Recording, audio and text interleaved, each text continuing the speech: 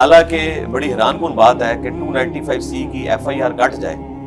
میں حیران ہوں ایسے DC کے اوپر اور حیران ہوں ایسے وکیل کے اوپر کہ ان سے زیادہ تو مجھے قانون کا پتہ ہے کہ جب FIR کٹ جائے تو نہ DC کے اختیار میں کوئی چیز رہتی ہے نہ وکیل کے اختیار میں رہتی ہے, پھر تو جوڈیشری میں جاتی ہے.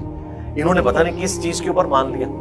یہ میں کسی سے گیلا شکوہ نہیں کر رہا, میں صرف ان کو بتا رہا ہوں کہ مستقبل میں آپ لوگ اپنا انٹلیکچوئل لیول بڑھائیں اور اپنے آپ کو ایجوکیٹ کریں اور معاملات کو صحیح طریقے سے لے کے چلنے کی کوشش کریں.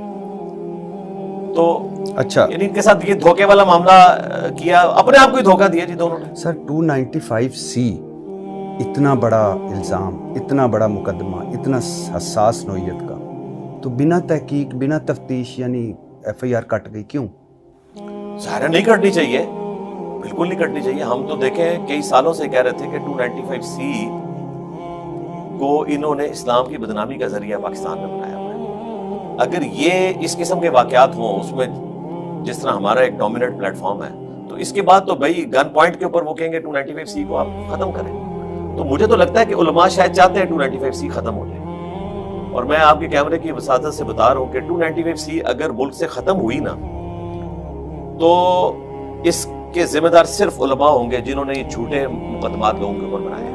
رہا ہمارا معاملہ تو ہم 295C جس حالت میں اس وقت ہمارے آئین میں زبردستی ایک ڈکٹیٹر نے داخل کی سمپل میجورٹی کے تحت, یہ آئینی ترمیم کے تحت داخل نہیں ہوئی بھی, آج بھی سمپل میجورٹی سے یہ فارغ ہو سکتی ہے. یہ جو داخل ہوئی بھی ہے نا, ہم اسے قرآن و سنت کے بالکل منافی سمجھتے ہیں اس حالت میں.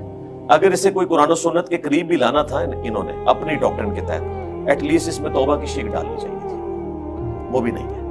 باقی رہا قرآن و سنت کے اعتبار سے تو وہ تو پھر ایک علیحدہ سے بحث ہے, اس کی طرف اگر ہم چل پڑے تو پھر ان کے لیے کچھ چیزیں سننا مشکل ہو جائیں گی. تو ہم یہ سمجھتے ہیں کہ 295C کے اوپر خود کش حملہ کیا ہے علماء نے اور نظراتی کونسل نے, انہوں نے مل کے خود کش حملہ کیا ہے. اور پبلک کو ان سے پوچھنا چاہیے کہ کہیں یہ تو ان لوگوں کے ساتھ نہیں ملے ہوئے جو 295C کو ختم کروانا چاہتے ہیں. اچھا, میں اس طرح بعد میں آتا ہوں. اچھا, لیکن میرا اتنا تو سوال بنتا ہے ایک پاکستانی ہونے کی حیثیت سے, ایک مسلمان ہونے کی حیثیت سے, کہ اگر آپ کسی پہ 295C لگا رہے ہیں تو پہلے کچھ مرحلے تو ہونے چاہیے. جی ہونے چاہیے.